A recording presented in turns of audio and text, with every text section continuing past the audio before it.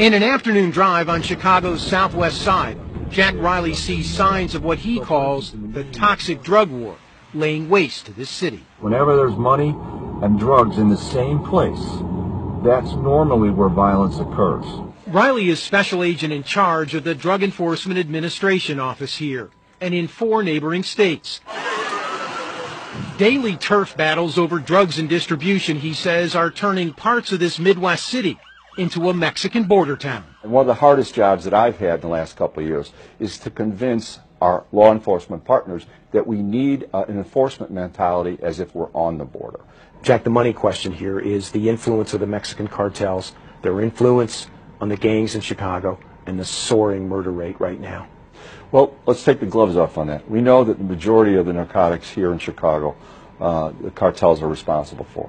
We know that the majority of the murders are gang-related, so it is very clear to see the connection and the role.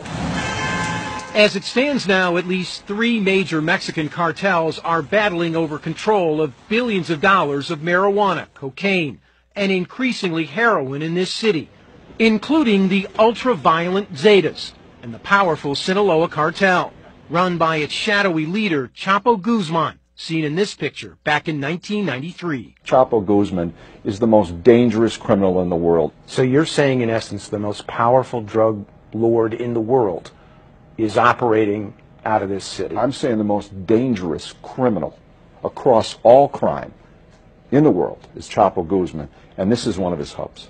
For good reason.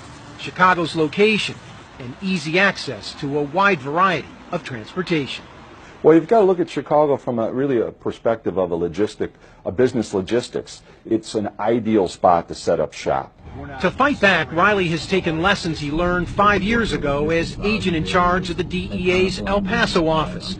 He's formed a 25-agency strike force featuring state and federal prosecutors, the FBI, ATF, and local police that began operation in January.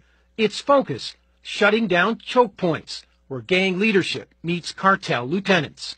The same strategy he used, he says, to make major arrests on the Texas border. Now he says there's a new border here in Chicago.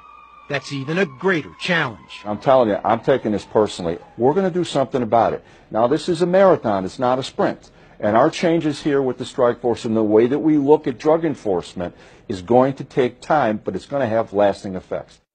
And more than ever, Chicago's problem is turning into a Midwest problem. The tentacles of the cartels spreading drugs and violence, Scott, into Milwaukee, Indianapolis, St. Louis, and Detroit. Armin, thanks very much.